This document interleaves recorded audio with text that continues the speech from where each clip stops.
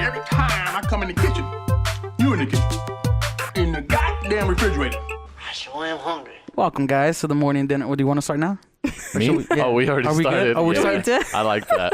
I like that beginning. Welcome, everybody, to the morning dinner. On today's special episode, we got our friend Christina Simone, right? Yeah. That's your last name, because on Instagram you're at ccflyaway. Yes, Christina Simone. Okay, and you're a photographer and creative director. If I'm Yeah, we can go with that. Yeah. well, because I've seen some of your shoots. You're just to give everybody a little bit of background. Do you want to tell everybody who you are, where you come from, and what you do? Yeah, absolutely. So I guess you could mainly say I do photography. Definitely a creative director. I love creating.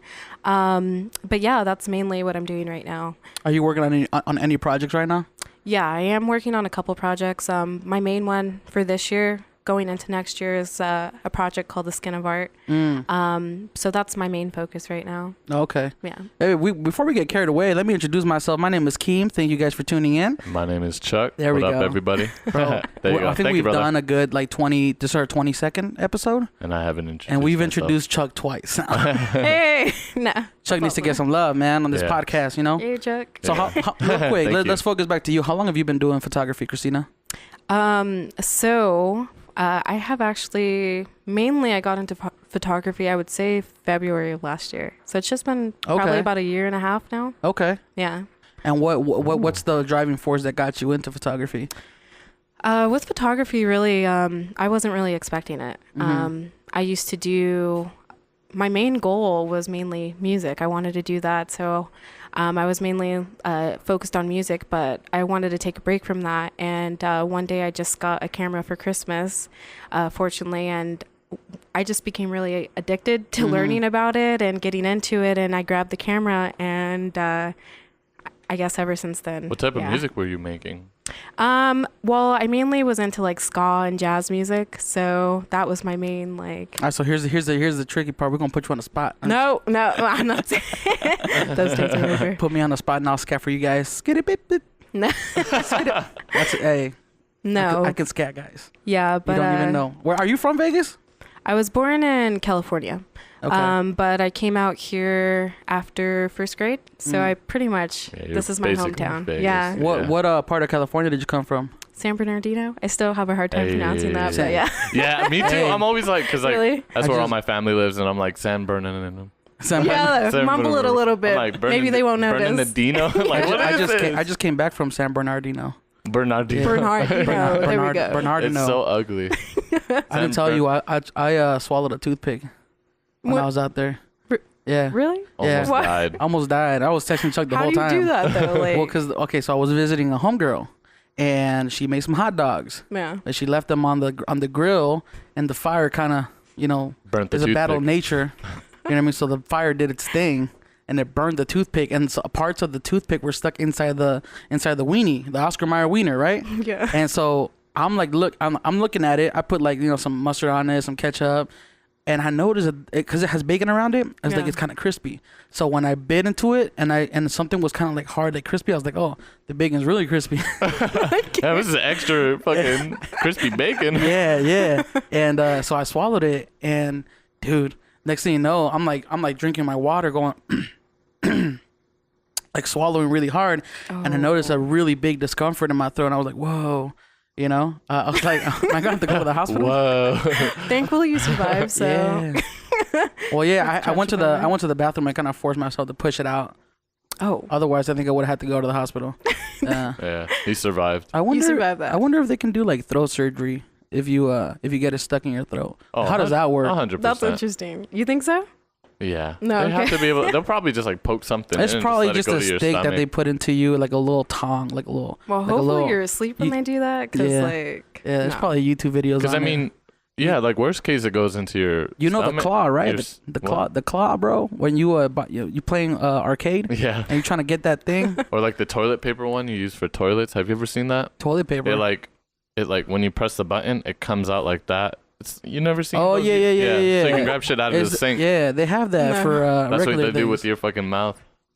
They Ooh. just like put it down. and Yeah. just pull out a little weenie. Well, I was able to throw it up, and then I noticed there was a little bit of blood at the tip. I was like, whoa. Oh, So I'm no. pretty sure. Yeah, my throat was sore after that. It was hurting. That's horrible. Yeah, That's but I got better. Well, high five to being Hey. okay. I survived. I should get one of those T-shirts. That Did say, you I like survived have a the near toothpick death? in my throat? Did you have a near-death experience? Like, were you like, damn, I'm gonna get fucked from this, or you just like, I know I'm good? Nah, well, when I was in the bathroom, like I knew it was how do you call it? It was like the moment. Like I had come to a decision. I'm gonna go to the hospital or I'm gonna throw this thing up. So like I grabbed the walls, bro. Like I'm grabbing like the window still. I'm grabbing Get the into bathroom mirror. meditation. Yeah. And I'm just like mentally going through it. And I'm like, and then I throw up. Dude, that's all bad. Luckily, it was just that one like puff out though. You know what I mean? Like it came on the first try. Yeah, without it being stuck or anything. Funny couldn't story. I imagine came that. back to because I'm the kind of guy that doesn't like to let his fears dominate him. Yeah. So like after that happened, I was like, I'm gonna go finish that hot dog. I'm gonna show who's boss. And there's another one. There was 4 more in there. No. Yeah, Are you being serious? I left like that much of the hot dog left. I was like, screw it. I'm done with this. I'm about to die. I ended up ordering some Mexican food. I was like, screw it. Yeah. So if you guys ever have any of those issues, just know you Yeah, can't I'm throw gonna it back check up. every time now. Like, make sure Yeah. that doesn't happen to me. Check, because it can be pretty That's dangerous. a life learning lesson right there. I got a little scared. I hope guess the our other viewers- lesson is take the toothpick out when it's almost done cooking. 'Cause I Yes. don't think you gotta Yeah. keep it in. 'Cause, Also- like, Also, another lesson is chew your food, because you never know what's gonna be inside you it. straight up like threw it through the back of your throat. You're just like, yo. I was about to- hungry, bro. I hadn't eaten all Straight day. Oh, I've been driving the but whole chewing day. food actually is delicious. Yeah. Throwing a weenie back in your mouth. Well, it wasn't the whole weenie. Chill, bro. I was like, damn, bro. Do you have a favorite place to eat out here? Other than my father's cooking, I love Rosati's. Have you guys been to Rosati's? It's like an Italian place. I think it's located on Eastern and Warm Springs. Risotti's? Mm-hmm. Wait, so you said your father's cooking? Yes. Is it bomb? Is he a Hell chef? yeah. No, he's not. But he's I just- mean, like, home cooking's always the best to Yeah. me. Compared to Hispanic just eating parents are out. always the best cooks, man. Yeah, but Rosati's is really good because it's pretty much like everything's made fresh. Yeah. And you have to wait an hour for the cooking, but it's worth it. Oh, I know that shit. takes a long time, but just like, Yeah. make sure if you're going to order it like maybe. Well, what's the price range on risottis? Oh, good question. I think it's like So for like- 8 pieces, it's probably about 20 something. It's a little up there, but it's worth it. Is it 20 like a franchise, like an Applebee's, or is it just like No, there's I only think one? it's more of like I don't know how many there is, but I think it's more of a homey restaurant, which I like about that. And the pizzas, there's only like 8 slices, but they're thick and they're Oh, it's a just- pizza place. Yeah. Okay. I was Yeah. gonna say it Well, sounds Italian. I think Italian food. It is. You Yeah. said that. That's how Yeah. you know you're not listening. No, but I was thinking Olive Garden. Oh. Olive Yeah. Garden, what? Yeah, no, that's only 8 No, pieces. that's I'm a like, franchise. I'm like 8 pieces of what? Oh yeah, pizza. Let me finish my sentence. No. Yeah, pizza. Where are they located at? So people can go check them out if they're in Vegas. Maybe you can get sponsored. Warm Springs and Eastern, I believe. It's Damn. well, I'll just say it's on the dog park side of Sunset Park. So yeah, that's Warm Springs and Eastern. Yeah. Yeah, Mm. but it's right next door to like well, I don't know if it's right next door, but it's by a pool place over there. So yeah, it's in that parking lot. It's pretty far. I can't even lie. I get kind of hungry just Yeah. hearing that. I heard pizza It's and I really was good. like, damn. Pizza's Yeah, amazing. fresh tomatoes, Ah. everything. So Yeah. Fresh pizza Oh, is so fresh? bomb. Mm-hmm. Is it what do they call it? Not vegan, not vegetarian, non-GMO. I don't know about that. I don't know anything about that. Oh, So. okay. Yeah. They ain't that I mean, I high-tech. mean, I personally don't care. Yeah. Pizza's GMOs. pizza. You're not going for the health. You know what I'm saying? I mean, we're all gonna die anyways, so screw Hey, it. that's a good true. mentality. I'm gonna enjoy my life. Wait, you're not vegan or vegetarian or anything like that, are you? You know, I tried for like a month, and I'm not like opposed to it or anything. It's Mhm. just for me. Oh, you tried veganism or vegetarian? Vegetarian, not Okay. vegan. No, That's tough that's right there. tough. Getting rid of dairy Cheese. products and stuff. Yeah. Everything. I mean, I give props to the people who do it because I'm a huge animal lover. Yeah. And it's kind of contradicting, but at the you same don't time, love them that much. I guess Nah, I'm not. just kidding. I Don't you dare do that, Because bro. I'm the same too. I fucking love animals, but damn, I eat the fuck out of them. Hey, cow. I'm sorry, you're cute. But I don't kill them. You know what though? I mean, I could never see the animal being killed and then eat it. Nah, I guess it's more of like I have to just eat bro. it. Like, Has that washing machine been on the whole time? Oh shit! and I hope you that's, guys. that's I hope you okay. guys didn't hear that. I think Well, bro, I think it's done now. Can you? Let's restart. Is it? No, I'm just joking. Nah, we're good. Yeah, it's No, good. done. I think it's Yeah, good. It's done. It's stopped. Was it on? It's a part of the sound effect, you know. We're gonna go ahead and push forward. You said you love photography, right? Mm-hmm. Do you shoot digital, film, combination of both? Unfortunately, I just do digital. I do feel like film would be really fun to try. Yeah. But unfortunately, I've never made it that far to try. Yeah. So digital for now. Yeah. I think digital is the way to go, man. I don't know.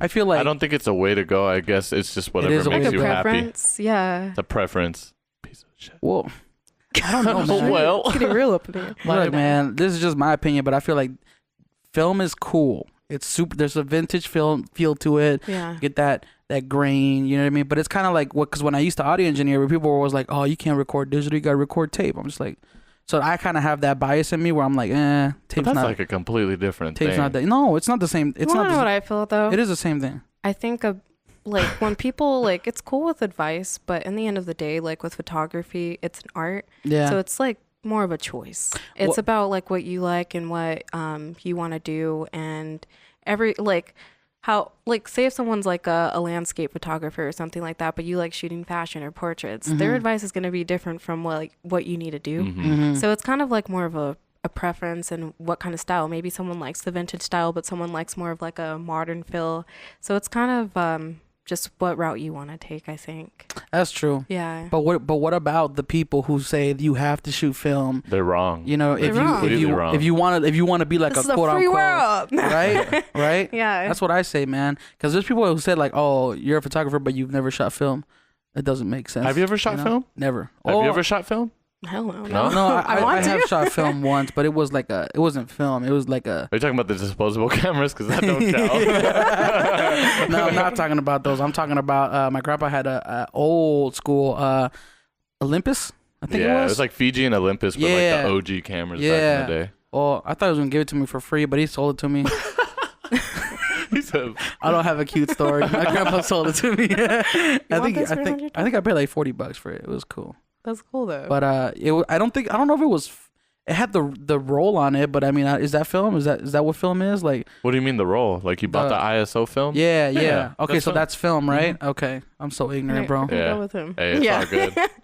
I mean, I don't think it really matters. Film does have I can't lie, I love Polaroids. For some reason, I just love them. They look so cool. And if you ever seen like the professional ones, the ones that actually have like depth of field, that shit's fucking crazy tight. Yeah. I don't know. It has like an ugly ass look to it, and I'm like. Well, Rob has remember Rob Sayer? He has a Hasselblad. He has a Hasselblad, and it's like medium format. So like his prints are huge. It looks so crispy. He's even digitized them and showed them on his computer, and he zoomed in super far in, and it's like retains super detail. Really? But at the same time, like I have an A7R2, it's 42 megapixels. Like, do you know the science behind that? Why can film do that? Like, why is it so sharp? And why can it like be so big?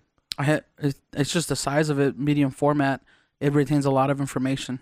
Because I just like when I used to do it, like when I used to develop at school, like so you basically shoot the image onto your, what is it, the film or whatever. Yeah. And you shoot this like projection. Are you talking about the one with the wheel that spins the? Yeah, the red light. Basically, you have to do it in what is it, like a infrared? red room? Is that? Oh, not infrared. What am I talking You know about? what I'm The talking red about? light, The black room. Yeah, the black room, and then so that way the whatever it has to be in a dark setting. So yeah, so it doesn't. I'm over here talking about infrared. Yeah, I know what you're talking about. Though. Because I always like try to just see, like, you know, because you can like raise the projector so it enlarges, and then I just see how sharp it is. It never looked that sharp, but I wonder if it's because it wasn't a Hasselblad. You know what I mean? Like Hasselblads are like the. I don't know. I feel like it comes down to like Hasselblad and like Leica are the two top expensive brands. Hasselblad is coming out with like 150 megapixel. You know what I mean? That's insane. That's just like, and you know, it's like pixel peeping and shit. But I would like to try it once. Like there was this one. There was this one photographer who said something about people let specs stop them too much. You know what I mean? Like it's always like people are always like waiting for there to be the next camera that can do even more, right? But the photographer said people forgot that just 10, 20 years ago, people were taking like Sports Illustrated covers with a 12 megapixel. Like probably even less than that. Yeah. You know what I mean? Speaking of that, see, the thing that's really cool about vintage photography, or not vintage photography, but vintage lenses in general, is that some of those lenses, like the Helios or like the Kempenaar lenses or anything like that, Jupiter lenses, it's really cool because those vintage lenses, some of them actually create better, like sharper images than the ones that are, you know, which made trips today. me out because I have seen that. Because I know like with those, like it's like a hit or miss sometimes, depending on what the condition of the lens was. It is, yeah. And a lot of people don't realize, like, well, there's actually a YouTuber that I look up to. His name's Matthew Stern. And I really appreciate the information that he shares, because a lot of people, they like to keep like things to themselves. But with him, he made this YouTube where he shares how you can do photography when you don't have that much money. Because like not everyone, you know, they have enough to do photography. It's an expensive hobby, it really is. And or not even a hobby, an art in general, however you want to take the route, it's expensive sometimes. But with him, like, he shows you how to refurbish older lenses and how to tight. Like I think you sent them to me one time. Yeah, like for $30 you can create these really pretty images, get swirly bokeh. I mean, it's really cool with the information that he shares. He even got a 3D printer and made his own lens. Jesus. So it's like mind-blowing things. He got a 120-year-old lens and used it. Unfortunately, I think it works mainly on Sony cameras because I really don't know why. I think it's because it's mirrorless, right? So I don't know how Sony works. I would definitely love to get into that because they work better with the vintage lenses. But like if you're on a budget, vintage lenses are the way to go sometimes. You know? I bought a Helios 55. What's it called? You have it like right 44. over there. Yeah. I'll show you after. It's pretty cool. It's a Russian lens. Yeah, that's what they are, Russian lenses. The 44-2. I think that's like the normal one everybody gets. Yeah. No, I think it's 58 millimeter. Is it? 58? It's weird the way it's titled. It's like, I know there's different ones. It's like a 44-2 58 millimeter or something like that. Something But if crazy. I'm correct, didn't they stop making those lenses? Oh, yeah. Yeah. Yeah, they stopped production for those in the 80s. Yeah. So if you have pretty. one, you have a little piece of history. That's why I like it. Yeah. And the thing is, you lose a lot of things like autofocus, right? But usually those prime lenses are pretty low f-stop, so you can go pretty good with in low light. Yeah. Good stuff. And it does give you like I have noticed the bokeh or bokeh. I don't know how. Bokeh. How do you pronounce it? I think it's bokeh. Bokeh, yeah, because bokeh sounds like a flower. Bouquet, yeah. I think it's like a bokeh. bouquet. It's because bokeh is Japanese, I think. So. Let's say bokeh. Bokeh. Bokeh. The bokeh. Bokeh. Bokeh. Do it like an anime. we get distracted a lot. She's like, God damn it. They go off tangent again. Yeah, but it does have pretty good it's swirly bokeh. Jesus. Bokeh. Bokeh. So I was gonna say, would you ever like have you ever watched like somebody I forgot his name, but he lit this bottle with like the cheapest like desk lamps, and he was just explaining to people, like you were just saying, like you don't need expensive things. Have you ever tried to challenge yourself like that? Like see if you can do the bare minimum? But I haven't. I mean, the most I've done, just for the fun of it, like I'll grab like a CD, because like when you put it up against the lens, that's just so tight. I mean, there's different like things that you can do, but I haven't really challenged myself like that. We should all do a challenge. Yeah, soon. it'd be fun. We should just be like, who can do something different. Not compare, but because everybody's, I think, style of photography is a little different. Because your shit's super dope, by the way. Oh, like, really thank dope. you. Thank you. So when you you definitely use Lightroom, correct? Yeah. And do you do those presets, or do you have your own presets, or what's your like formula? Or if you don't want to say it, you don't have to say it. Oh no, that's fine. No, she has to say. No, I don't want to. I'm good, guys. She's like, it's a secret. I didn't sign no contract. No. So I do use like the Visco preset sometimes, or there's this photographer I really like. Her name's it's Zoelle Amor. I don't know if you guys ever heard of her before, but I might have heard of her. Yeah, she created these really cool presets that I really like. I'm still trying to learn how to like create my own style with presets, so it's kind of hard. But I do my own presets as well sometimes, but I'm still learning how to like, get that mood and style that I want. But yeah, so I like to use presets, or I create my own, and then I'll switch over to Photoshop. Sometimes I'll do like the frequency separation if I want to like, fix clean up the people. skin and whatnot. Yeah. But other than that, like I try to keep it simple, Not everything. I think it's more about coloring, maybe if I want a different shade. But other than that, I don't try to do like too much. Too much? Yeah. You just focus more on the composition of the photo, or? Yeah, which I actually want to get more into. I realize the more I'm growing into photography, that composition really helps the picture. Because it creates, like, if you take it from up here or down here, or yeah, 100%. It creates a different mood. So I'm learning to really pay attention more to the composition and to lighting. lines and all that and whatnot. It's funny because I was watching a photographer and like the skate photographer that I look up to, and he was explaining his photos, which is super interesting to me because I love when people explain their their background on it. But he was talking about shit I never noticed, but the lines, like where I was like, what? I would never notice that, but maybe that's because I'm when you like pay attention on a lower level of like thinking of a photo. You know what I mean? Like, are you talking about like the leading lines where Like I just didn't see what he was talking about. He like said it and he showed it. I was like, yeah, that don't give me any type of emotion. But if it gives you emotion, that's tight. I've had somebody look at my photo and go like, "Oh, dude, I love the way you used it." I'm like, "Oh, that was an accident." Like, I don't know what I'm doing. Happens like that. I don't know what I'm doing. I just knew it looked cool, but I didn't know what it was called. But see, that's the fun about it. A lot of people, what I realize is like sometimes I go to different like photography groups and like it's really fun to, shoot with other people sometimes, and you see like the different moods. Some people are more serious when they're shooting at different events, and some people are like, screw it, let's drink, let's shoot and have fun. And it's all a matter of just being like open-minded, and like there's really no technicality. I mean, sometimes you gotta like learn the light and stuff like that, which is really awesome because the more you learn, the more fun it is about the photography. But I mean, in reality, it's just creating. Like there's no like, a lot of people I feel can get a little too opinionated. And at the end of the day, you're just creating something that you want, that you're doing for yourself. So yeah, that's one thing I always say is that once you can master the technicality side of things, you're more free to do like to kind of be creative. Yeah. You can kind of like see a photo and be like, okay, well, I know this is technically what I have to do, but you can be creative with it. You know what I mean? Like if you don't know shutter speed, like f-stop, it's gonna be hard. how light bounces, it's gonna be I mean, you could probably make some cool shots, but if you're in low light, like you'll have a lot of grain. I made that mistake when I started. Like I didn't realize that,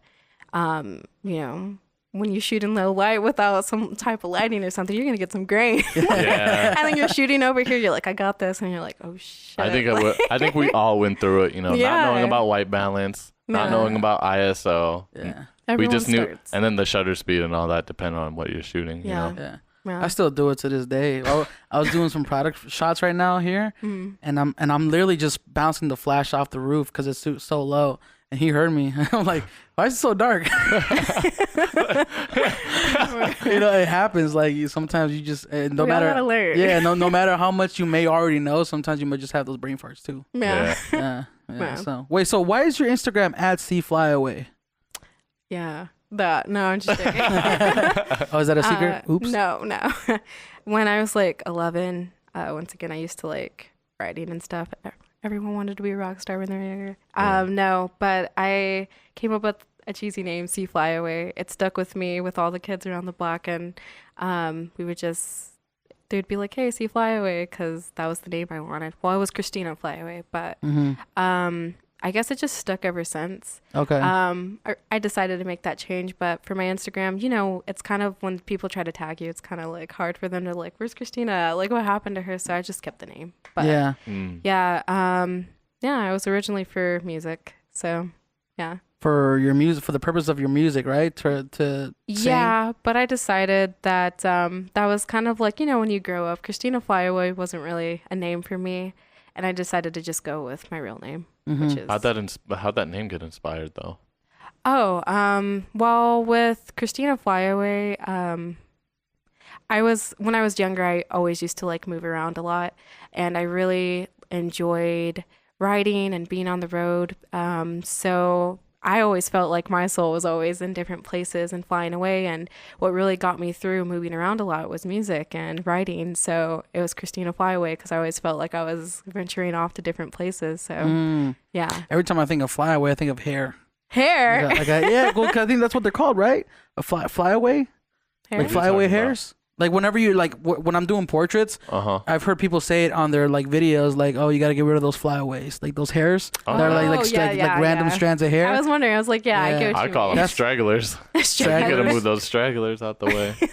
There's this one girl that I was shooting with and had it everywhere. I was like, whoa, we gotta fix this right now because I'm not doing this later. Those are so hard to edit. Yeah, some people don't even edit them out. So tedious. It's hard because it does take time. Like if you're just in Lightroom, like using the what's it called, the little healing tool? I call it the invisible tool because it makes it go invisible. Whatever I know you're trying to Photoshop is called healing brush tool or clone stamp. I think it's similar to that, but it takes a while, especially if you got like 30-40 hairs. Yeah, because sometimes it's distracting. So it's like one of those things where sometimes you really do have to like take it out because when it's like you want it to be focused on the person you're taking a picture of and then you see that little hair on the side and you're like, damn. Yeah. I don't know. Maybe I'm just being picky. The one thing I hate the most is whenever I'm doing like studio work and there's no catch light in the eyes. Like there's no like you know catch light, right? The little white from the light bounce in the eyeball. Yeah. And like if I got like a perfect shot, I'm like, oh yeah, and then I look and I zoom in and there's no catch light. You know, I'm starting to learn that really brings out a picture. Catch light? Like yeah. Oh yeah. So it's like I've had to fake it before. It's important. I go into Photoshop and edit later. Hey. It works. You gotta do what you gotta do. Have you ever took a good ass photo and it's out of focus? Yes. You say good ass photo? How many times have you done that? Wait, say it again. Where you're like, damn, this photo's amazing. Yeah. And then you bring it in the Lightroom and it's out of focus. I've had that happen a lot. That's the worst feeling ever. I did a whole series of self portraits the other day. And they were all out of focus. Damn, it was an experience. But that's because Chuck wasn't home to take my picture. Yeah. I came home, he was editing. I was like, damn, is my eyes fucked up? They were all out of focus. Hey, no. The one that was editing wasn't out of focus. I did get one. Yeah. In focus. One out of 100. Just that one, yeah. Are portraits your favorite kind of photo to take? Yeah, so I'm pretty open-minded. I like taking fashion portrait shoots. I definitely want to try to do like nature shots as well. Mm-hmm. Or do landscape or aerial. Astrophotography seems fun. There's so many things I want to try. Wait, astrophotography is like the stars? Sky trail or the star trails? Yeah, okay. It seems really fun to do. But as of right now, I'm just going to stick to one thing, which is fashion portraits. Yeah. Okay. And you said the current project you're working on right now is called Skin of Art? Yes. Is there anything you can say about that project? That project... Like what inspired it? Yeah, pretty much Skin of Art. It's as simple as like the title. It's about bringing the color wheel and the color of our skins together because we're all in the color wheel, and it's about spreading equality. And it's pretty much like, how you take it. But it's fashion based, right? Or it's mainly... I kind of want to make it a mixture. So fashion or focused on people's stories. I want to bring a story to it. So whoever I work with, whatever we create, that's just how it's going to go. But it's kind of just going with the flow for now to see how it goes. But it's a project that's going to be going on throughout 2019 as well. So okay, so it's a long-term project. It's a long-term project. Is there a certain amount of like subjects you're looking, bro? I see it too. Kill it. No, I don't want to kill it. Gabe said don't kill it. Oh yeah, that's right. We had a. Oh, he didn't try to go my way, so. For everybody listening, we're actually there's an ant on the table. No, it's a fly. It's a little gnat. It's a little gnat, and Chuck doesn't want to swat it. It's dead. I might have killed it. It Oops. died. You ever wonder what? Why you can swat? You can straight up smack a fly, it won't die. Out the air? Yeah, or like if you drop like a bug from super high, it lands just fine. Would it be the mass? Yeah. Would they have to do something with the mass? That's what it is. It's the mass. And they're just getting pushed away, basically. Yeah. Yeah. Gravity. It's crazy. Crazy. What were we talking about? We're talking about the Skin of Art project. We're talking about it's a long-term project for you. What was I think I was asking, is there a certain amount of people you're looking to have on it, or is it kind of just like up in the air? Well, it's kind of working down the color wheel, and then once that's done, so pretty much starting from white, going all the way to black, and working down. So once I hit the end of the color wheel, that's when I'll stop. Dang. Yeah. That's going to be so tight. Damn. Do you already have like what your Instagram's going to look like with it all? Yeah. So I'm already starting that. And then I'm hoping whenever I'm done with that to do a gallery release for it. And I just want to really bring that together by the Next year, yeah. End of next year, or when's the plan? What's the Whenever plan? I can just, Be done. Yeah. So there's no set date, but definitely I'm hoping it's going to be the end of next year because I know it's going to take some time because it's going to require a lot of people. So that's what I'm going to do. Worst case, you can just Photoshop some people's skunt tones. I'll start and color. using animals if I can't find. No, but no, I'm pretty sure you want to keep the skin tones raw, right? Yeah. You don't want to shift like the hue, like The Chuck hue, was talking about. make everyone. Chuck was talking. That's what he was talking. I'm trying to help you. No, bro, that's cheating. If you can't find people, You could take the same person and just photograph one time and then have the entire. Hey, that's a good idea. No, I'm taking that. He didn't say that. No, Yeah. I'm just joking. Nope, well, now everybody knows. No, I'm just joking. I was gonna ask, have you ever had a photography job before? Like a job, like a 9 to 5, like doing photography? Yeah. where? I think we all have. So I did one for I wasn't really like, I guess it was a point and shoot. It was for the parents. And I was taking that, but that was just kind of like. Was that Cashman? Was it? Were you hired by Cashman? I think it was. Were you there too? No, it just sounds like Cashman. I think it was. Wait, did we all work at Cashman? Did you work at Cashman? Yeah. We all worked there. Yeah. No, but Shout out to Cashman. It's kind of like when you want to create, you don't really get to do that. You just kind of, it's just tourist pictures. So Super. yeah. Yeah, that's what we were doing weddings, like the video. Those cameras that are installed on the side of the fucking room. Yeah. That shit's so weird, but it's so boring. But I guess it was cool. How do you feel about that? It was a cool experience, for sure. The way I to mean, put it. it was just cool because like you could have like an 8-hour shift or something, right?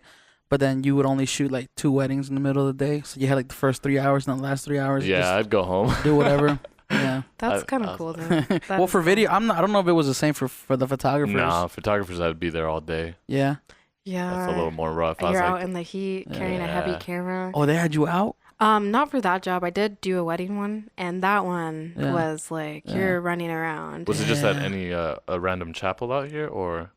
Yeah, so that one was a chapel on the strip, as well as I did 2 wedding ones, and I'm fortunate for the experience. I give people props who are doing wedding photography because it's not an easy job. Like, I actually think that's a really technical one, and I definitely give them props.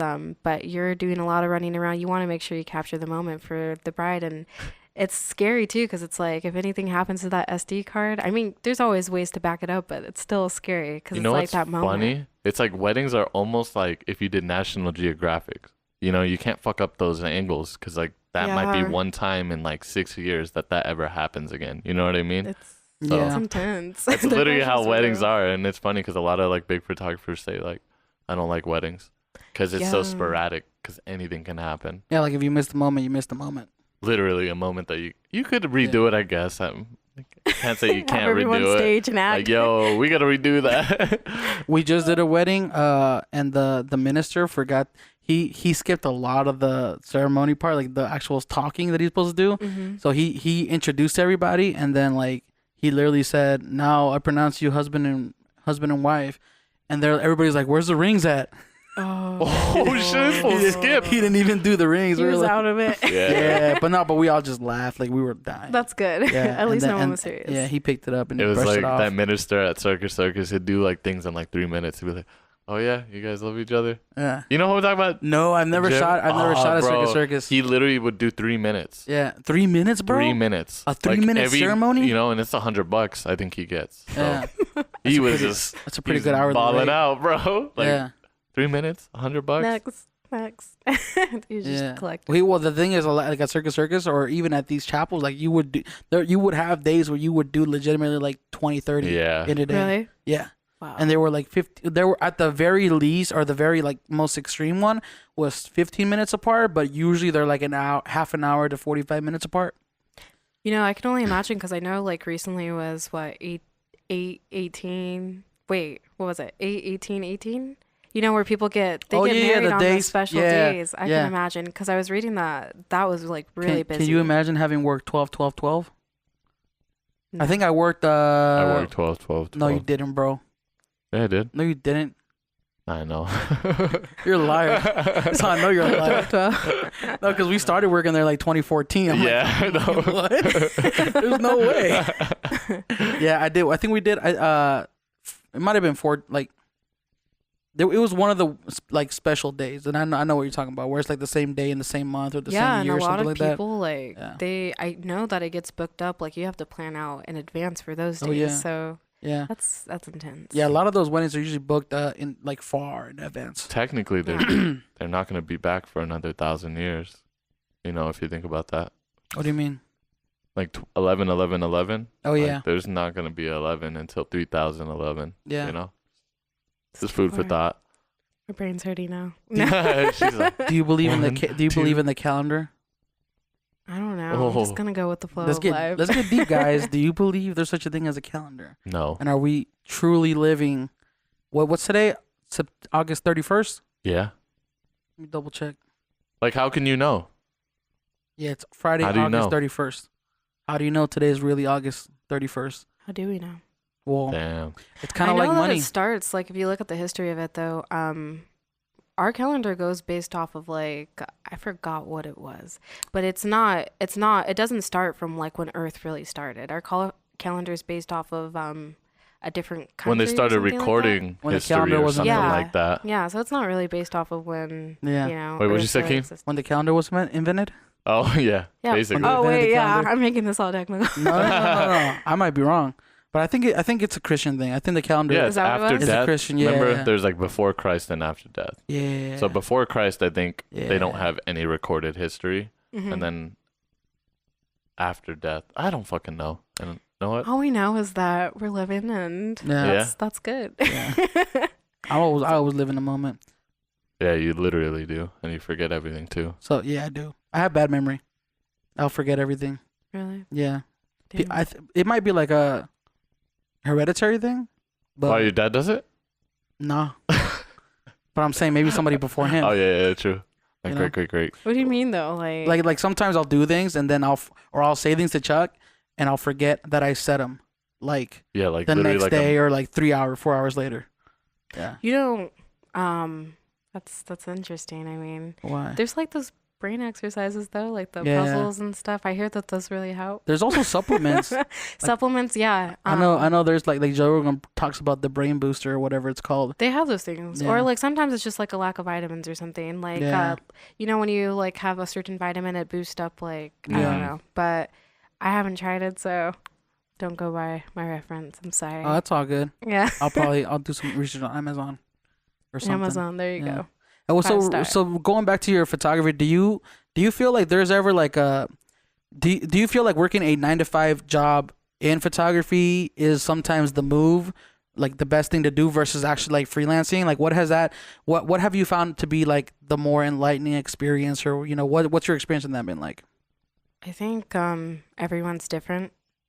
Some people might enjoy that. Mm-hmm. For me, it wasn't for me. The job? Yeah, Mhm. I like working for myself. You're not really always working for yourself. That's just kind of like a figure of speech. But Yeah.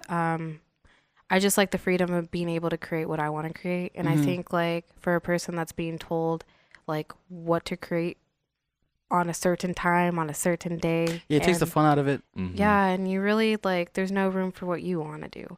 So it's like if you really think about it, that's 8 hours of your life for like someone else. And like I mean, some people they might like that. That might be for them, they might be comfortable, but for me, it wasn't for me. Yeah. Yeah, we've had a couple of jobs where we've had to essentially like create on the spot or something like that. It's not fun. Like No. it's Yeah. Because the creative mind is something you can't just like tamper with and be like, oh, it just shuck out some work, It's something that really, really does squeeze a lot of energy out of you, And I was Yeah. explaining that to somebody, like just using my, like making music. Like there's some times like where I make so much music and I'd keep trying to force myself to make more and I'd completely like get like exhausted, like literally pass out. Like that's Yeah, it's how like a exhausted I block. got. Yeah. Yeah. So just knowing that like you have like a little bit of freedom makes it so much better. It does. Yeah. Deadlines are cool, goals are cool, but definitely being able to do whatever you want is like one of the best feelings. Mm-hmm. It's like going back to like deadlines and all of that stuff, it's a good stress. It's not a bad stress, Mhm. you know? Yeah. So it's like when you're working for something that you want and it's your dream, it's a good stress. And that's what people got to differentiate is like, what kind of stress do you want? Stress is always going to exist. Yeah. But it's like, do you want that stress that's for your goals or you want it like for someone else, you know? That's knowledge right there. Mm-hmm. That was deep. Well, thanks. Yeah. No, Yeah. I was gonna say, but at the unless you're lazy, and what's the other word? You're lazy and no, I wouldn't say comfortable, but if you're like lazy and you stress free, like I don't think freelancing is for you, man. Oh, you know what I mean? Because or like was it you're lazy and forgetful, or like you have no motivation to finish the projects. That's when it can come back and bite I've been you. there before. Yeah, I've been there. Yeah. I mean, wait, do you freelance full time right now? No, not full time. Okay. But thankfully, I do have a job that gives me the opportunity to do what I want to do and work on passion projects. Yeah, that's tight. Yeah, as long as what I say about jobs. I mean, not everyone has that opportunity where they can just get up and leave. Mm-hmm. But if you have the opportunity to not stop looking after your day off and find something that's going to help you grow in what you want to do, and you might be doing a job that you don't want to do, but at least you have the free time to focus on what you want. And that's actually like what I would recommend to anyone trying to accomplish their goals is like, don't be afraid to leave a job for something that's going to give you more time to do what you want to do. Because there's always enough time in a day to at least spend an hour looking for a job that's going to help you focus on your goals. Like back then, like now we have the days where there's a refrigerator, there's a washer machine, like that saves us so much time compared to how it was back then when people really didn't have that much time. So there's really no excuse, I guess. Yeah. But I mean, back to like what you were saying, I have like fallen short of those days where I'm like, damn, I'm not motivated right now. Yeah. Sometimes I like lose that creativity. So how do you deal with that kind of like lack of motivation and kind of like, because we've all fallen, I call them creative funks. Yeah. Like whenever you're in a creative, or I guess creative rut, like creative funks, it's like when you're kind of just like, you're not in a mood to create and you have no will to do it because, I don't know, it could be like the stars aren't aligning or, something else in or personal stuff, you know what I mean? Yeah. So how do you personally get over that stuff? Or how do you get past it? You just have to keep going, honestly, because if you stop, that's, like, you can't just give up. Mm-hmm. Yeah. What about taking breaks?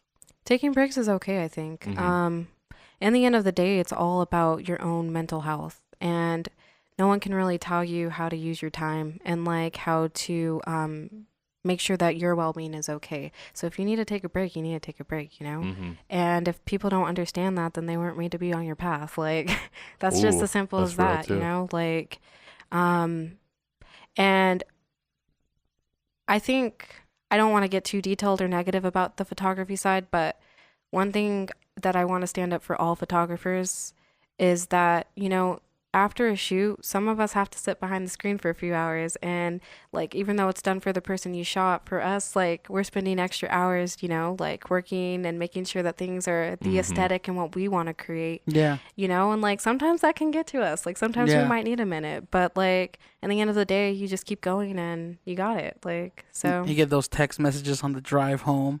Did I get my pay? Can I get some previews? You're like, I haven't even made it home yet. I'm not even on the freeway yet, bro. Yeah. I'm still in the parking lot. We just shook hands. There's a ton of memes like that, bro.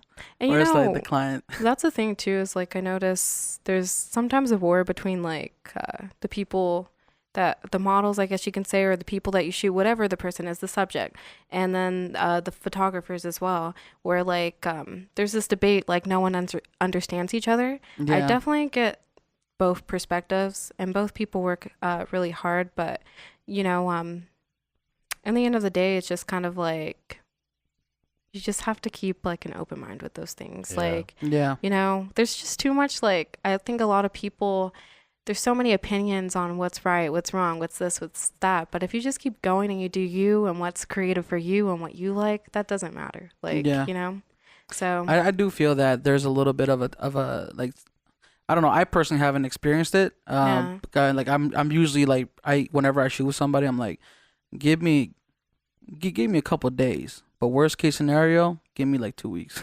It gets busy. like I can have them to you tonight, or within the next 2 weeks. Yeah. Like, it's, because the thing is, sometimes you do get home from a shoot and you're so hyped and you know exactly how you're gonna edit them, and you know exactly what you're gonna do. Yeah. You sit down and you kill it like overnight. You don't sleep at all. You know what I mean? Like sometimes you do that, but then sometimes it's like maybe you get home from that shoot, or you gassed out, or you have like 3 or 4 other shoots that you have to edit because they've been waiting. You know what I mean? Like so it's always it's always like I don't think I mean especially if you're doing like a TFP kind of shoot, like a shoot where nobody's getting paid. It's all kind of like for the portfolio, if you will.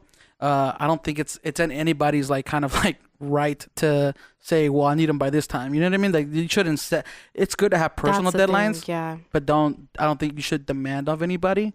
I say it like this. Like photographers, they have to pay the bills too. And like, it's not like that. I'm not trying to be too blunt, but like, photography is great for if that's your passion as well. But like if someone did appreciate your passion and they took the time to pay you for what you're doing, and then someone else is demanding who didn't pay you, you definitely want to put the person who really appreciated what you're doing for them. And it's just a matter of respect. And I think that's just, I don't know. That's straight up right there. Yeah, that's straight up. Real. Yeah. What's your editing process like when you like? Let's say you finish a shoot, you get home. What's your process like? Me, so with that, I just pretty much I use Lightroom first. Is that what you're talking about? Like how? Yeah. Like, what's your process with? Well, I mean, you could talk about it all. You could talk about how you back up your photos, or how you do you rename them? Do you have a backup, or do you just kind of like keep it on one hard drive, and then like how do you? I guess what's your process behind it? Yeah, the mistake I did actually was letting pictures like pile up and not putting it on a hard drive, because that takes a long time to. That was a mistake. But now it's just good the moment you put your pictures in. I like to save it onto a hard drive and then organize it in a folder, and then make sure I get like say if you did 3 shoots in that week or 2 weeks or whatever the time frame is, make sure at least which one you did first, how much you have your time. Like it's just kind of like organized compared to like how I used to have it, where I was all over the place and I felt super overwhelmed. Yeah. And I'm like, damn, what did I do to myself? And then it takes extra time. I do that shit all the time. I'm like, fuck, like I'm rushing myself for some reason. I'm not organizing stuff, and then I look back and I'm like, yo, I can't find this like missing file. Like, where did I put it? Yeah, King's really good at keeping organized. I'm like, damn, that's good. I'm so lazy though. Like, I'll never back up a photo if it's like, unless it's like a paid shoot. Yeah, I won't back it up. Like, I'm so lazy. Like, I know. But yeah, I know it happens though. Like, it's scary too to think about. Because there's actually, I don't know what pictures are on there till this day, but my dog got a hold of my SD card, and I know it had pictures on there because all of them are used, but he chewed that one up. And so those ones are scary. It's scary to like encounter those moments, but like. Because it could be the worst thing It is, ever. yeah. Because I always thought of that, like, you're on a shoot or something and they paid you like 10, 20 grand. And you take these photos. Ooh, and some shit happens. And I remember somebody telling me on a PA job, it was for like American Idol out here or something. Oh, yeah. But some dude was transferring files, right? And like, they shot B-roll all day. They rented out lots and properties. They spent like $120,000. And this guy, he didn't know that. He was basically formatting the wrong card every time he was given. Because he didn't know that there was 2 cards or something. And he literally deleted like the entire day. Almost the entire day. They just had a couple clips because he was deleting one of the memory cards every time without checking it. That's horrible. And like they were like, "Yo, where's all the footage at this one spot?" He's like, "What are you talking about?" Yeah. Like my heart would drop. Even though like worst case, like they can't sue you, they can't fire you, like they can't charge you. They just fire you and be like, probably put your name out there. Yeah, your name's definitely blacklisted. Have you ever had an experience where you've lost all the like important footage, like from maybe a client gig or something personal? One time, and at that one time, like really helped me learn it. Like you have that one experience. I think it only takes one time. Yeah, and you're like hell. I think I've learned my lesson. I mean, what would you guys do though, real quick, if it was your camera malfunctioned and did something to the SD card where it's basically corrupted? Yeah, you're I haven't had that moment yet. No, yeah, me either. Me either. But I've heard it. Yeah. But I've never had it. It sounds like they were doing something and they had to like. I know. I'm like. I'm like. Or if you're shooting out here, bro, and you're shooting in the sun, and then something happens where your SD card melts in the slot. Can you imagine? Actually, that I don't know if you guys ever had that. Have you ever put an SD card into like your computer and it like the SD card gets really warm and then it doesn't work anymore? Have you ever had that? Yeah. I haven't. Really? What is that from? I literally don't know. I don't know if it's like the card reader that's doing it. Yeah. But like, I literally just happened just now. I was like, why really? It worked fine, but like, I was like, why is it so hot? Because I get it. I it's lost transferring. pictures from that. Really? It wouldn't work anymore. It couldn't read it, and it like actually started melting it. So I don't know if it's like leaving the SD card in there that does that. But yeah, it was crazy. So just a heads up. Damn. Yeah. I've lost the music video shoot before. Really? Oh, yeah, remember that video we shot for Nate? terrible. It was a great video too. It was one of my favorites.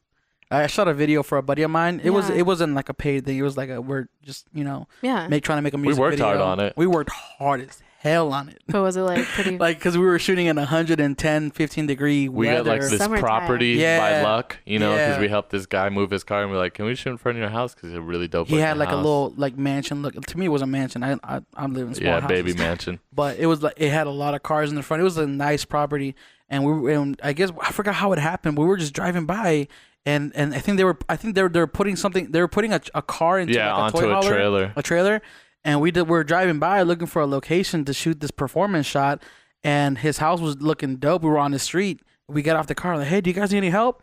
And then they're like, yeah. So we helped them push it onto the trailer, and then we told them like who we are and like, well, we're actually looking for a place to shoot. Like, do you guys mind us using your driveway? And the guy was like, yeah, sure, come back, come back whenever. That's so cool. And but anyways, though, we spent the whole day shooting in 115 degree weather. We had like shots like of a car, like the camera We mounted. rented a fucking car. You guys rented a car. Oh yeah, we rented a car for the scene. Like we had a like I want to say 4 or 5 different scenes locations wise, and then we had like scenes or shots where the camera was mounted to the window of the car, so you had this perspective shot looking into the car.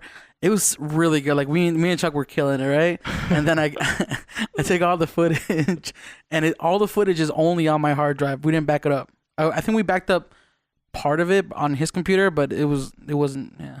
But anyways, I get to my computer and I start editing. I'm like, okay, this is dope. And then my hard drive freezes, or Premiere, the editing software freezes, and so I'm like, uh-oh. So I try to force quit. Command Shift quit or whatever. It's getting real now. Yeah. So because you see the little Sweat beads. the little bubble, the beach ball, the Yeah. beach ball of death is what they call it. Uh-oh. But the beach ball of death comes up, and Premiere doesn't close. As a matter of fact, my mouse doesn't move anymore. Like I'm moving the mouse, and the mouse is just staying still. So I'm like, uh-oh. I would just give it a little bit of time, right? Give it like 15, 20 minutes. Give it an hour. Nothing. I'm like, uh-oh. I'm gonna have to emergency shut down, like press the button on the back of the computer, right? Yeah. I did that. Oh, turn it back on. Log in. So your computer had been shut down inappropriately. Log in. My hard drive is nowhere to be found on my desktop. Oh man. It's plugged into the computer, but then I'm looking at and I go like the disk utility to see if I can find the hard drive, and it's just maybe unmounted. It's not showing up anymore. So it just erased everything? Is that way? Yeah. We got the footage back. Remember, we used that program to get the footage back, and all. It wasn't a a program. We paid $150. Oh, it was Josh actually. Josh paid $150 to have the stuff recovered on it. Oh yeah, and all the files came back corrupted. But it only recovers certain files that I had transcoded. Because the thing is, like the camera that we were shooting on didn't shoot like .mp4, .mov files. Right. It shot like a weird MPV or some shit like MXF. So only save those ones then? No, so the .mxf files, the original ones that we shot, none of those got recovered. Like only the files that I transcoded, and I had only transcoded like maybe 20% of all the shots. So that's horrible. I just feel bad because I had like two or three people, like girls, like that were in the video that we shot with, who gave us their time to shoot because nobody was getting paid, right? And I lost. Like it just, I did everything I could though. Like I took it to like a repair shop where they were like doing hard drives and stuff, and we paid them money, and they're like, oh, here's all we got, and I was like, oh no. You know what though? That's the thing. It's technology. Sometimes stuff is gonna happen like that. Mm-hmm. It's electronics. So. Yeah. This is the time somebody can say, well, if you were shooting film, you wouldn't have lost all that footage. Like, you right there, bro. That's true. I guess that's true. You got me. That's a good argument. Yeah, Never thought of I'm that. sorry. We completely cut you off. You were talking about a bad experience you had with I know we're going way I don't back. even remember. Okay, so No, she was talking about Like, what? melting cards. I and was so then, in tune with his story. I'm like, what? yeah, Oh yeah, but yeah. what did happen? Yeah, what was your nightmare with with one of your cards getting wiped or? Oh, okay.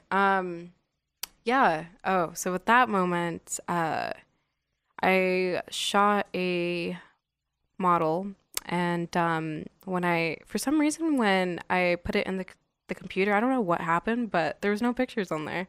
So I don't know, like, if it was just the computer or what happened. I don't have any explanation. She didn't take any photos that whole day. Like, She's like, I thought don't I was know. pressing I the think shutter. maybe it was a bad SD card. I don't know what happened. But did you check the photos while you were taking during them? that time when I was first starting? No.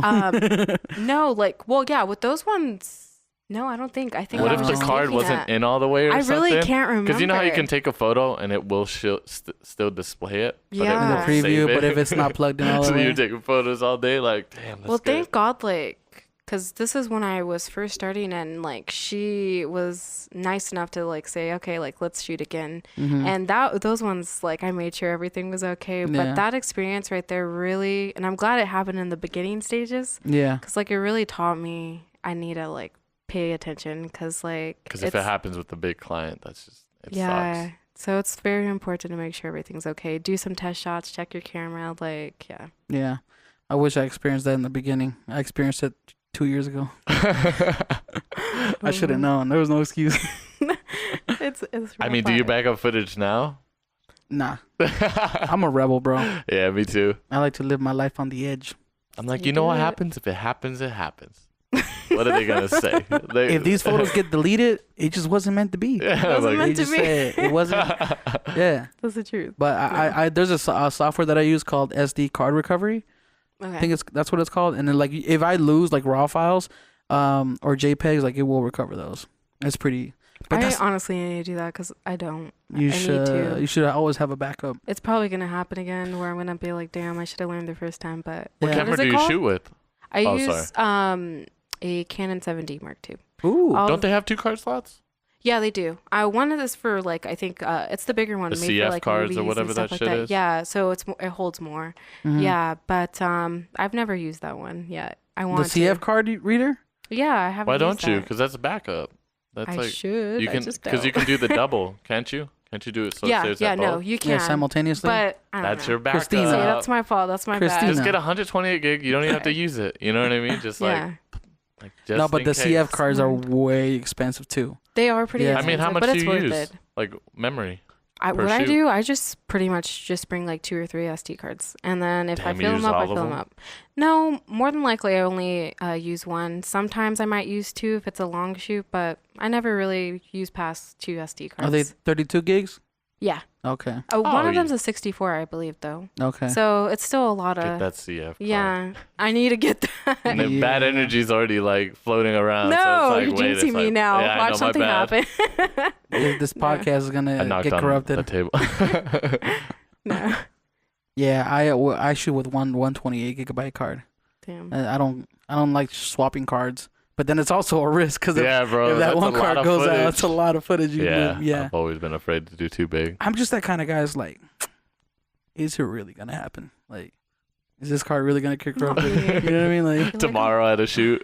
Oh fuck. well, I think hopefully if does the A7 III have dual SD cards? Yes, I think it does. Ooh, that might have to be the next move. But A7S3 probably will have. But Yeah. I might be lying. It might be the A7R2 that or 3 that has the 2 slots. A7R3. Yeah. Yeah, because my A7R2 Definitely does not. it just has one slot. You gotta transition over to Sony, Christina. You know, I want both. You I want want both? to do Canon and Sony. I got both. Yeah, because it's kind of like they both have their different feel and Yeah. you know what they provide. I know that I think I saw today that Canon was doing like a Mirrorless. Yeah. Did you Didn't see they already that? do that? Did you see that they have to make a whole new line of lenses for it? Like you can't even use your old ones on them. But I'm wondering, can you use like An if you get adapter? yeah, an Yeah, of adapter. course, but that's still fucked. Like Canon lenses are so good. Why would you make a whole entire? Maybe it's the like technical aspect of it, Yeah. but you can't use. There's your always own. a drawback with Canon because Canon has a certain their current models need to retain attractiveness. Like for example, like if they come up with a mirrorless camera that does everything that a 7D can do or a 5D2 can do, there's got to be some kind of catch where like, okay, well now you're gonna have to get new lenses and again spend more money. That's one thing I don't like about Canon. Is they're always kind of like they give you a certain amount of features, but there's always a catch. You know what I mean? Like the 1D Mark IV, doesn't it shoot RAW? But it's like that Canon codec that's super big, or what camera was that? Oh, the 5D Mark IV. Is it? Yeah, the 5D Mark IV, the latest 5D series. That one can do 4K recording. I don't know if it can do. I think it's 24 frames. It's some crazy frames. shit. But remember, Canon. I'm saying like the frame rate of it. I think it doesn't record slow motion in 4K. Probably. So not. that's one drawback, and then the second drawback is it records. I think it's called Cine DNG files or something like that. Or no, it's not Cine DNG. It's a very heavy codec for a video, which what essentially means is that the quality is no better than the A6500, which is a third of its price on the Sony, but the file sizes are massively bigger. So like if you have a 5-minute clip on 4K, here you might be looking at 20 gigabytes. That's crazy. Of video footage, and that's a lot. Like when it comes to that's like red camera shit. That's like red cameras. Yeah. Like, have you ever heard of red cameras before? The film. No, I saw your post about it. Wasn't it like it was at the convention that you were doing, but I've never heard of the camera. Yeah. Red Camera is a brand. It's just Red Digital Cinema, and they produce like some of really, the leading ones. Some of the industry leading cameras that like they're like. I mean, the cheapest one is like $5,000 or $6,000 for the base. But if you're talking about like if you're gonna actually build it up to a rig, you're looking at $15,000, and they can be as expensive as $50 to $100,000. Yeah. Damn. Yeah. See, it's like expensive. I mean, it's like Hasselblads. Like real digital Hasselblads are like 50,000. Yeah. Like I would love to shoot with one, just one day, just to see. And then the thing too about the red cameras is they don't record on SD card slots. They record on red mags, which is like a proprietary thing for them. It's like they're called so you have to use red mags. And they only come in like 512 gigabytes SSDs. Up to like maybe a terabyte. So does everything have to be red then? It has to be red, yeah. But I mean, it's made to work that way, and you'll never have an issue. Like that's why it's so expensive. Which is, I guess that's kind of cool. Yeah, but it's just we're talking about like your SD card's gonna cost you $1,000, $2,000. It's like it's kind of expensive, right? Yeah, I mean, hopefully you don't have malfunctions when you spend that much. Yeah. So. What's sorry, were you gonna say something? It's just funny because like red cameras have a lot of issues. From a shit ton of videos I've watched, like people have had so many issues where they bring their red to like a shoot and they have to travel the world, and then they get there and the red doesn't turn on. You know how mad I'd be if I spent 80,000 or 50,000 on a camera and it didn't turn on? I'd be pretty fucking pissed. That's you know, really like rough. That's like, wait, what? And then you call them, they're like, can't do anything. Like no refunds. Like that. I think there's certifications for red too, like for owning a red. Like you can get certified and everything too. Certified? Yeah. Like a certified red user or something. Really? I could be lying. It's certified. But if I'm lying, it sounds like a good idea. Yeah, it sounds really. It sounds kind of cool. Everyone check sign later. up now. What's your dream camera? Do you have one? Not really. No. I don't. That's respect. I pretty much I haven't really got into Sony. I know that I want to try Sony, just because I hear it's obvious reasons. One, it's lightweight, but I also want to do it just because I really want to get into vintage lenses. That's my main goal right now because I like the aesthetic that some of them have. Like a lot of them, and I'm sure there's some stuff that you can get now, but I like the vintage lenses because they're affordable and they do some of them do like these crazy bokehs that I want to use that they don't really make anymore. Yeah. And so I know that I want to get a Sony because I know that they're really compatible with the vintage lenses.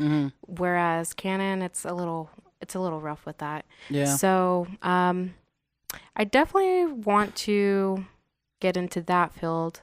But I haven't really thought about any of that right now. Yeah, like it's kind of.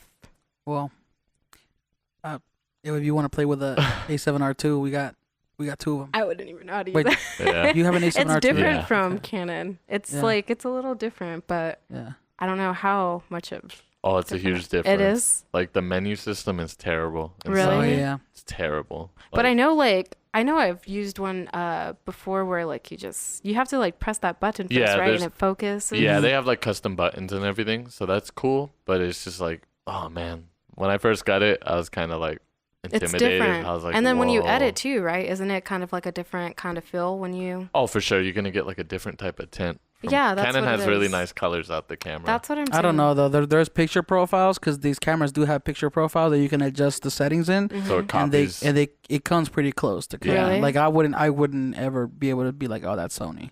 Like I don't think I've ever had an issue with skin tones, to be honest. Like Really? with maybe with video, maybe I've had so much problem with maybe video. with video, but not with photos. Because when you shoot an photos- S-Log, you can't really like do the color science of the Oh, yeah. Canon, you know. Yeah. But if you shoot in PP1, Yeah. which we have it on, yeah. is That's the cool thing Canon. about these Sony cameras too, is you can customize it completely different than somebody else who has the same camera that you have. So your buttons can be, because it has custom function buttons, which is it has like 3 of them, I think, 3 or 4, and you can customize each button to do something different. So like my camera's set up for photo and video, depending on which mode I'm in. But so you can just. so all my shortcuts are already nice. there. Yeah.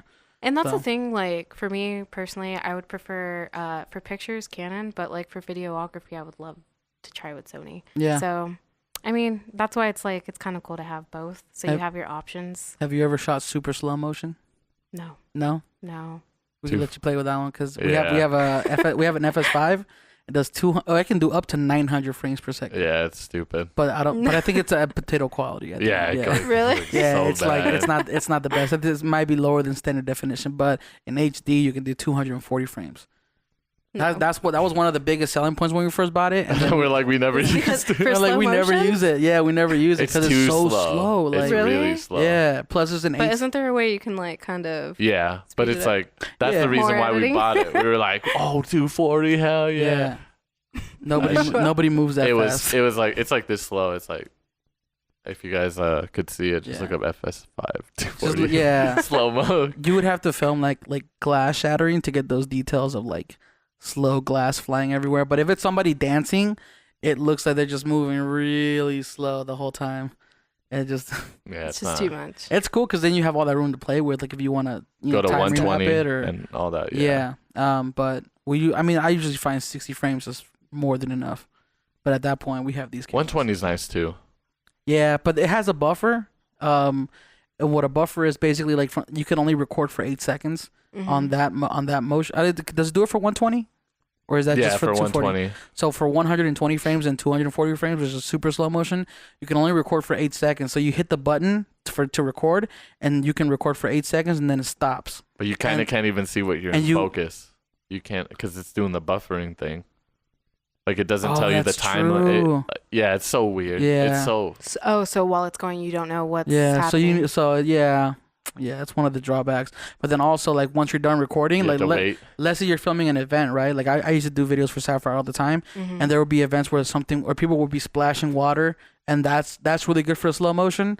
So I was recording that, and I would record 3 or 4 or 5 seconds, but it would end up being like 30, 40 seconds at the end of the day. But you couldn't do anything with your camera until it basically rendered out those frames. So if you recorded 8 seconds all the way through, it would give you like a minute, like 1 minute of footage it's in those crazy. 8 seconds because it's so slow motion. But you had to sit there for a minute while it played back the And if entire something clip. important was happening, And if you'd something- probably yeah, I was be gonna missing it because you can like- cancel it. Yeah, but you then you can don't get cancel the it. full slow mo. It's Yeah. kind of stupid, but Hey, that actually I could talk about that. That's one of the biggest mistakes I ever made. oh yeah, that When I first shot it, okay, I won't say which video, but I was shooting a video, and I was shooting super slow motion the whole time in low light for some reason. I don't know why. Doesn't make any sense. But I would start recording people like doing all the their movements or dancing and everything, and then it would render out, and then I would hit cancel, and then I would do another one. And then I'd hit cancel because I'm thinking it's gonna do it in the background. I would have done this. It I think I doesn't. did the same thing when I first got it. I was like, why is it only like recording a little bit of it? Yeah. Like, and I'm like, wait, you have to wait? Yeah, That's booty. yeah. That's terrible. And then when you're That's working with when you're working with people who are like on drugs and stuff. You can't really be like, oh, it's rendering right now, man. Yeah, they're like, huh? They're like, what's that? Come on, bro, get this. I'm just like, okay, I guess I'm shooting 60. Yeah, so that was one of the biggest mistakes. I had so much footage that I didn't end up with. So you just you kept pressing. I kept hitting cancel because I didn't know. You thought I was gonna save it. I thought it was just doing it for like the sake of you wanting to watch back the footage at the time. So when you played it back, you're like, and then this fool's like, yeah. he's like, why are all my clips ending so early? And I was like, did you hit the buffer button off? He's like, oh god, what are you talking about? I was like, yeah, the bro. feelings right there. I would have been so awkward. But you learn from your mistakes, you know. Yeah, like, so true. Keem still killed it. Yeah. Did you tell him anything? My bad. Were you like, what? Oh no, the camera fucked up. Or did you tell him straight up? Nah, bro, I played it cool. I was cool with it. I was like, here you go, bro. No, I did not lie. Okay. He didn't say where's the rest of the footage, so he didn't notice. You piece of shit. Well, no, because I still recorded for like 3-4 seconds for each one, and it's like 24-second clips. You know what I mean? Yeah. So, yeah, kind of works out at the end of the day. That's true. Yeah. But getting back on portraits and photography. Oh boy. What do you think is one of the or I don't want to say what do you think is one of the biggest mistakes people make in doing portraits, but if you want to rephrase it and kind of answer it as what is some of the biggest mistakes you've made? Yeah. However you want to answer that. Definitely. Yeah, because I mean, of course we're all gonna make mistakes, you know. So I think like one of the things that I'm learning now that I did before was not taking my time in composing an image, because I was so like, I guess kind of rushing and like kind of like, oh, let's capture this, let's do this, and getting all excited that I didn't realize in the end of the day that like really taking your time and making sure that you have what you want. So I think composition is a huge thing, as well as lighting for sure. Like that's the number one thing. Are you more of a natural light shooter, or like you like strobes? Yeah, I'm not like either or is fine with me. I'm still actually learning how to use light. For me, that's more of I'm learning that part for sure. So right now, I would say I'm more comfortable with natural light, but I want to get more into using lighting because both have their own feel, they have their own style, and they both have something to offer. So it's just kind of like, you know, learning both would seem fun. Yeah, I don't think there's anything more beautiful than natural light, to be honest. Like when you're out, natural light's nice. Yeah. Once if you can find a way to like shooting it without it being like, you know, exposed overexposed highlights and things like that. If you can, like if you're using it coming from a window, ooh. Well, because there's a math to like learning how to get those nice colors too, which I don't know how to learn all of that just yet, but I'm still learning that part as well. But I mean, when you get the basics down, natural light is really fun. And it's pretty. Yeah, it has a different feel, and yeah, so either or. Well, one of the biggest like arguments I make for strobe photography is it's good to know strobes, like to know flash, because if you're working on a gig for a client, like let's just say you get down the road and you're doing like a $5,000 gig and they're asking you to do a certain kind of photo, are you going to rely on how the weather is that day? You know what I mean? And that's the truth. And like, you know, it's funny because I did hear someone say how like, you know, they're only a natural light and they don't get why, you know, people use artificial.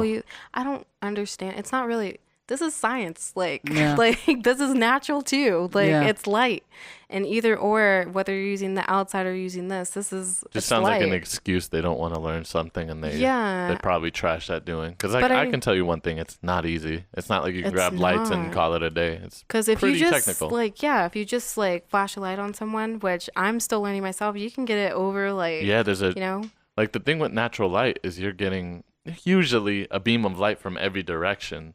And, you know, if you shoot inside with big windows, that it's like already softened, you know, it already has like a diffusion to it, which is really nice. Like I literally did some headshots the other day and I bring all my strobes and stuff. And I was like, bro, there's these big windows over here. And I just put them in front of the windows. And, bro, it was so clean. Yeah. Like it looks so good. If you're in front of a window? Yeah. I was like, damn. That natural, nice fall off, bro. Because it's reflecting off the ground and going through the window, correct? Yeah. So it's like giving that, it's not like straight direct light to them. It's a soft look. Yeah, it's all completely bounced light, which is the best kind of light. Yep, exactly. Because you're gonna get the smoothest. I say that's that's a mistake people can usually make that I've made sometimes is using direct flash. Starting for sure. Starting, yeah. Unless you want that style. Like I wouldn't even modify my light. I just put a harsh flash in front of them. Straight to the face. And it's and it's not like, you learn. You know what I mean? Like it's like better you to gotta point it towards the wall or something, or add an angle to where it's or diffuse it. You know, use like a cloth or something to shoot through it, because then it becomes a more even, soft light in front of them. You know, kind of like how this light looks on you right now. It doesn't look harsh. You know what I mean? Because what it's doing is it's coming down, it's hitting this table too, and then it's bouncing back up. What's also because we got diffusion on it as well. And we got diffusion. Yeah. Pow pow. Because I think double whammy. What is diffusion, real quick? Can you explain that, Kane? Diffusion? Diffusion is a sort of modification to your light. It can be either like a softbox, which is basically like a big old box that you put in front of your light, and then you put like a white cloth in front of it to soften the light. But is the white cloth? It's not just no normal white cloth. It's specially made so it spreads the light out a certain way, right? Is it? Yeah, I think so. Oh, diffusion. I didn't know that. That's why they have like different levels of diffusion. I might be lying. Is that why like the Westcott's cost like $500? Really? Like, some softboxes cost more money than others. Expensive, Oh, I thought you meant just the diffusion material. Yeah. Really? Yeah. Oh, like some of the pro stuff, like Broncolor and all that. Broncolor, bro. Have you ever used Broncolor? Just a rapid box. Have you? I've used like the little box and then the Godox lighting, but that was it. Yeah. I haven't really messed with like too much lighting, so that's why I mainly shoot natural light. But yeah, I don't know. Yeah. They have this beautiful, gorgeous, like it's like an octodome. It's not even an octo. It's like a huge parabolic shape, like round. Is that the one that's like 10 feet? Yeah, it's like 10 feet huge, and it's beautiful. Like the light you get from it is the sun, but it's also, I think the light itself is like $5 or $10,000. I think I know what you're talking about. And then the diffuser itself is like $1,600, $2,500. And you only need like one of those, and it lights up the whole subject, right? If you get one of those, you're set for life. Yeah. Doesn't matter what shit you're doing. Never. How would you carry that around? That's like studio light. Yeah, I think it's more for studio. Yeah, it has to be more. Also, like if you're doing like a shoot where you can hang it over like a car. Wait, what are you laughing, bro? Because I say hangle. Sorry. He always laughs when I mess up a word. He said hangle. When you hangle. Wait, I was trying to say when you hang it.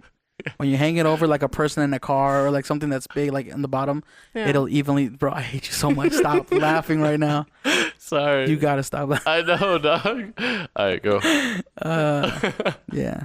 Have you ever had any funny stories happen to you when you're on a shoot? Like, have you had any like weird requests? Bro, you gotta stop laughing. We have to make it through this podcast, I know. It's a new word right there, hangle. Yeah, like I'm gonna use this in a sentence. We gotta make that a t-shirt. Hangle. That's what we should do for t-shirts for this show. Every time just we mispronounce a word. Yeah, I'm down. Yeah. Have you ever had super funny moment, or what's like one of the worst clients you've ever had to deal with? Any interesting stories you got? You don't have to say names or anything, or you can. One time, I had a client who wanted me to take his dating pictures. I thought you were about to say nudes. Yeah, no. Oh, no. like his Tinder bio photo. Yeah, which is like really interesting. It was the first and last. Wait, time how did they hit you up? Was it like a DM or? There was this app. I forgot what it was called, but they find photographers where they need pictures. Oh, okay. And so like this person happened to need a dating picture. I was like, okay, I guess I could help you out with that. And he wanted to take it by the golf course, look all fancy. What the fuck? But at the end, I worked on this person's pictures, and I was supposed to get paid for that. And we met at Starbucks, and he grabbed the SD card. And he was like, okay, goodbye. And I was like, hey, dude, like I'm supposed to get paid for this. He was literally trying not to pay me. What? Yeah, like he took the SD card. Was that your SD card? Yeah, but because for some reason, like, I don't know why he didn't want them emailed. He just wanted them straight to his computer. And I don't know. At that time, like, I learned my lesson. I was like, why didn't he want them emailed? So, like, he plugged in the SD card to his computer, and he told me, like, he was just going to take them off. So I'm all over here sitting in Starbucks waiting, and I'm like, dude, like, am I going to get paid for this now? And he was literally trying not to, like, Did he pay, though? He paid? No. Oh, shit. What happened was, like, in the end of the day, he got his pictures. I think I just got so upset. I was like, if you're going to be that petty, forget it. Like, you know what? I hope he never found a date. No, really? No joke. I hope he stays single. I hope he's still single today. It was so bad to where I was like, I never thought I had it in me, but we were getting ghetto up in the Starbucks. Yeah. Like, we were getting crazy. What? Like, because I was like, dude, like, I went all the way. For me, Summerlin was far. Like I went all the way to Summerlin because I'm on the other side of town over here. Yeah. And like I took this guy's pictures. He said that he liked them, but he just didn't want to pay me. And like I don't know that moment. Is that the app right there? What's it called? Pro Photo Shoot? No. No. Okay. What is Actually, I haven't even used it in a long time. time. The bottom, is it called the bottom right corner? Photo Shoot? Yeah. No. Pro. Not Model Mayhem. No, it's called is it called Thumbtack? Thumbtack? That's Damn, what I completely forgot about that. I forgot. I stopped using that. I stopped because that's when I was like trying to figure out how could I like do, because I wanted to do it for a living, you know? Mm-hmm. Yeah. So I was like, how could I do it? Like, what's some ways I could do it? And I heard about Thumbtack because another photographer friend was using it, told me about it. He was doing really good with it, but he was from California. Yeah. And so wait, so on Thumbtack, you don't get paid online, you get paid in person? With that one, Wow. with that one, because I think we negotiated a deal where like I got paid through that one, but I think there was extra pictures that he wanted to do that I did for him. And it was quite a while ago, but I know in the end of the day, I didn't get paid. Like, and damn, that man, was a people are harsh shady, story. bro. Like, it was rough because it's like, I think for some people, they just see you as just taking a picture for them. And it's amazing how crazy people can get over, like, you know, sometimes it's a selfie world sometimes, you know? Yeah. And they don't realize that for us, like, sometimes it's rough, you know? Like, I want to say it's because of apps like Instagram. As much as I love it and it's a great platform for photographers, it's also desensitized people to the craft of photography. You know what I mean? Because I remember even when I was like 18 years old and I was recording people in my mom's basement, not a legitimate like business. I was an 18-year-old high school kid recording people in his mom's basement, like for music and stuff. Never had an issue with payment. Like it's always like they knew they came into my studio and it's paid studio time. You know what I mean? wow. But it wasn't until I got into photography that I was like, whoa, some people just do this for free all the time. Like it's like not a, It's harsh. you know, which is there's nothing wrong with doing photography for free. No. The TFPs, you know, I still do that, you know, sometimes, but it's just like when it's such a big, because I know so many photographers and I've never met so many people in one career goal that have a hard time making money out of it, right? And it's because we live in the age where it's like, you know, the only thing that people want to look at photography wise is beautiful women, and beautiful women don't pay for photography or photographers that, you know, unless they're a professional signed model where they have like agents and all that stuff and it works out that way. That's one route. But a lot of people who aren't professional models or whatever, they just want photos for their Instagram. They don't pay, you know, like it's understood. Like it's almost like well, you know, why are you going to pay me when you have 20 other photographers that would be happy to do it for free, right? Yeah. So. And it's, I mean, there's definitely, and that's what, going back to when I was like saying how there's that like war that a lot of people are going through, that there's a lot of that. It is, some of it's a matter of like opinion, but a lot of it is hard because it's like when you're working hard for a dream that you really like and you want to grow in, but at the same time, it's like you're not really making a living off of it because someone's saying, oh, I could just find someone else to do it for free for me. Yeah. It's like a little rough because it's like, it's kind of almost as if they're not understanding how hard you're working for something you want to grow in. It's a career for some people, you know? Yeah. And that's the rough part. Well, one thing that I've noticed is when it comes to photography and making a business out of it, is you have to have a number, like how much money do you want to be making in this, right? Like what is enough for you to be comfortable and happy? No. Once you've reached that number of like, okay, I charge this amount for a photo shoot because I know it's going to take me X amount of hours and it's not, I do a lot of retouching. So I know it's going to, you know, but I want the clientele to come in. That's going to be like, for example, I'm just throwing numbers out there. Like I want to charge $100 for a photo shoot and it's going to be a 30-minute photo shoot, but that's your number, right? No. I think the goal of it is to stay as close as you can to that number. Like don't, because I've had people where I'll quote them and then they'll say, oh, but this photographer's only charging me this amount. That's great. Go with that photographer. Like I've gotten to the point where, and it's also because I also do have a 9-to-5 job that allows me to turn down gigs. But I've noticed what my time is worth, and I don't like kind of like, I don't get myself involved with a project that I feel will not be ultimately like something that I'm passionate about. You know, like if I'm passionate about it, I'll do it for free. But if it's something that I'm getting paid, then I have a number, and that's what you know it's gonna be. And then that's another thing, like where it goes back to like whether or not this is a project that you have interest in, because why be in a project or do something that you have no interest in? Like, and it's not like a mean thing that maybe there's another person that likes what you're doing, but it's like there's some people, like one time I was told, you know, oh, I want to collaborate with you, but her ideas and like the what she was telling me that she wanted to do, it just didn't fit what I wanted to do. And I mean, it would be different if it was a paid shoot, but therefore it wasn't. I told her my prices and stuff, and she's like, oh, no, I didn't ask you for that. I asked for a collaboration. And I was like, whoa. Like, people are ballsy in the DM. Yeah, people are ballsy. I ain't gonna say that to my face though. But you know what though, that happens a lot to everyone. Like, it's nothing new, it's always going to happen.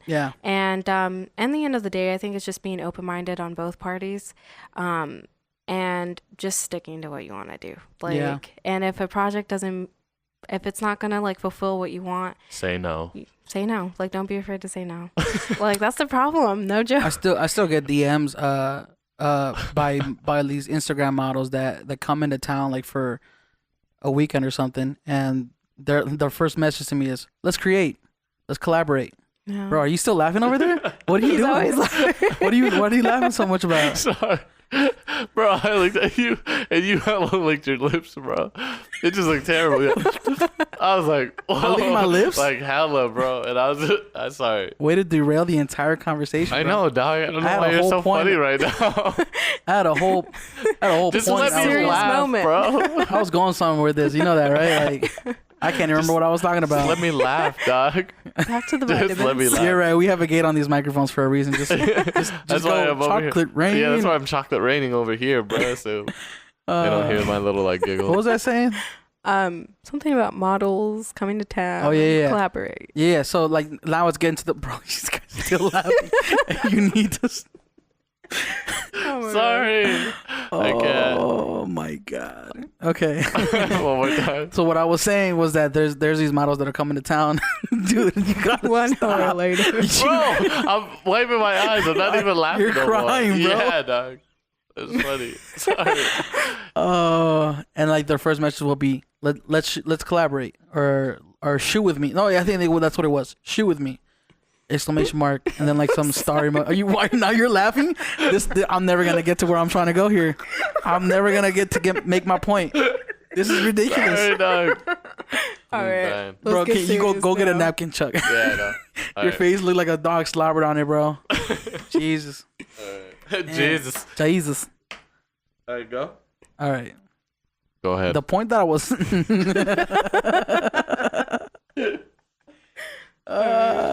We're just gonna have to skip this whole thing, guys. No, okay. No, we need to hear it now. It's like Nate. Okay, so the point I was getting to is like now Instagram is desensitizing people to a point where people can just hit each other on a DM on random and be like, "Oh, let's shoot." I don't even know you, but you're telling me let's shoot, right? That's like I don't feel like that should be as comfortable of a thing that people should be doing. You know what I mean? Like I love the internet for it bringing so many people from far away close together. But if you're in town and you're just hitting up, and this happened, like I've had a model hit up 50 photographers in Vegas go, let's shoot. And it's just whoever bites, right? It's like a numbers game. And it's like, to me, it's like, I would love to shoot with you. If you're like a legitimate model, you're coming into town, you're looking for somebody to collaborate with, but introduce yourself. Like, tell me who you are. What are you trying to do? What is your idea? You know, like just hitting somebody on DM being like, let's shoot. Is very desensitizing to the whole photography community. And it's actually kind of scary to think about that some people put themselves in those situations. Yeah. Because it's as easy as a button now. All you have to do is just press a button and... Button? Like, a button. That's what What's wrong with that? What did I say wrong? You said button. Button. I've always I thought it was... It's just, no, it's how you like enunciate it. Like, how do you say it? Button. See, he said button. But you enunciated. Button. You said a button. Button. Really? Yeah. You just press a button. Button. I've literally never heard it enunciated and pronounced so well. Like I say Las Vegas hella weird. Las Vegas. Yeah. No, you said Las Vegas. Vegas. Vegas. It's like because I think it's my dad because he's from the East Coast, so a little bit slips through because they don't say starving, they say starving, and they say rough instead of roof. It's really weird because sometimes it like trails into my speaking, or I'm just stupid as fuck and I don't know how to enunciate words. But you know what? One thing I do want to like say though is like with the models, it's really nice that like we also get to provide light for people. If you really think about it, like, and as cheesy as that sounds, it's the truth. Like, we provide light for people and we capture that moment that's gonna last as long as it can last, as long as those people have it or wherever it ends up at. And like, you know, pictures are a very sentimental thing, and like there's some people, I don't know if you guys had that experience as well, where they're like, thank you, like this really meant a lot, this brought up my spirits, like and I think those ones are the rewarding ones where they really understand like they brought you up they brought you up because you brought them up, like, and like you brought the light into their lives. And it's like, I don't think people really think about how like photography really brings light into people. Yeah. You're capturing a moment that you can never relive ever. And it's pretty. But you relive it through the image. Yeah, exactly. Which is cool. So that's why I like weddings so much. Like, you know, weddings are one of the few chances I get to do something like that. You know what I mean? Because a lot of the projects I do, portraits wise, they're people. I mean, people are just looking for shots, or I'm looking to do something creatively. But it's like, I don't know. I've never been thanked on that level. Maybe that's only in wedding photography. You need to stop. Huh? Oh, okay. No. Yeah, maybe. No, I'm just like, bro. I'm probably just trash. But but yeah, it's, you're one of my favorite photographers out here. I'll say that. Yeah, your shit's super dope. I was like, damn. It's clean though. Like that's the thing too. Like when people get their photo taken by you, it's like I could tell it distinctly. Like you're like that's you took time to do that image. Like it's not where a lot of people just kind of pick up a camera and shoot whatever. Like your stuff is one of my favorite because it just looks so clean. Thanks, I appreciate that. If your photography was a food, what food would it be? Everything. Oh. Is that okay? Damn. No. That's a cop out. That has to be. That's a cop out. Gonna be everything. You gotta pick one fruit, I like food vegetable. too much though. Well, you gotta pick one. Like think about the vegetable. I think about the it. We'll give you some time. Sweetness, we'll yeah, end up coming back. To get back on this. I'll come back to too you. Much. Let's go around the table. What An about you? Got all avocado? the food. Avocado? No, you don't like avocado. I like avocado. Okay, now. guac is extra? Yeah, guacamole. We'll do Guacamole? Why? because it's good. Because it's extra. It's extra. It's extra. Damn, we just gave you that. We're gonna make that a t-shirt. Extra. Write this down, Chuck. What was the other word? The other word? Yeah, the one we were gonna. Guac fly away. No, the word I messed up, bro. What? Hangle. Hangle? Hangle. Hangle. Oh, there you go. You guys are never gonna let me let this down. Nope. Hangle. Have you ever shot in JPEG on accident? I mean, yeah, when I first started shooting, and then I learned about RAW, and yeah. But now, like, yeah, it's good to shoot in RAW because then that you can edit your pictures, you know, the way that you need to. But JPEG, it doesn't give you that flexibility like that. But even besides that, yeah, RAW is always the way to go. What's shooting RAW? What does that mean? Shooting RAW is basically, well, from what I'm understanding, when I shoot in RAW, I know that gives me the ability to, like, if I wanted to save my picture a bunch of times, it's not going to, like, lower down the quality, and it gives you that flexibility to where you want to basically, you know, change, well, say, like, add on layers or do all these other things. I don't know the whole technicality of it, but I know that when it comes to editing, I want to shoot in RAW because it gives me more flexibility and quality than it would in JPEG. So, yeah. But other than that, yeah.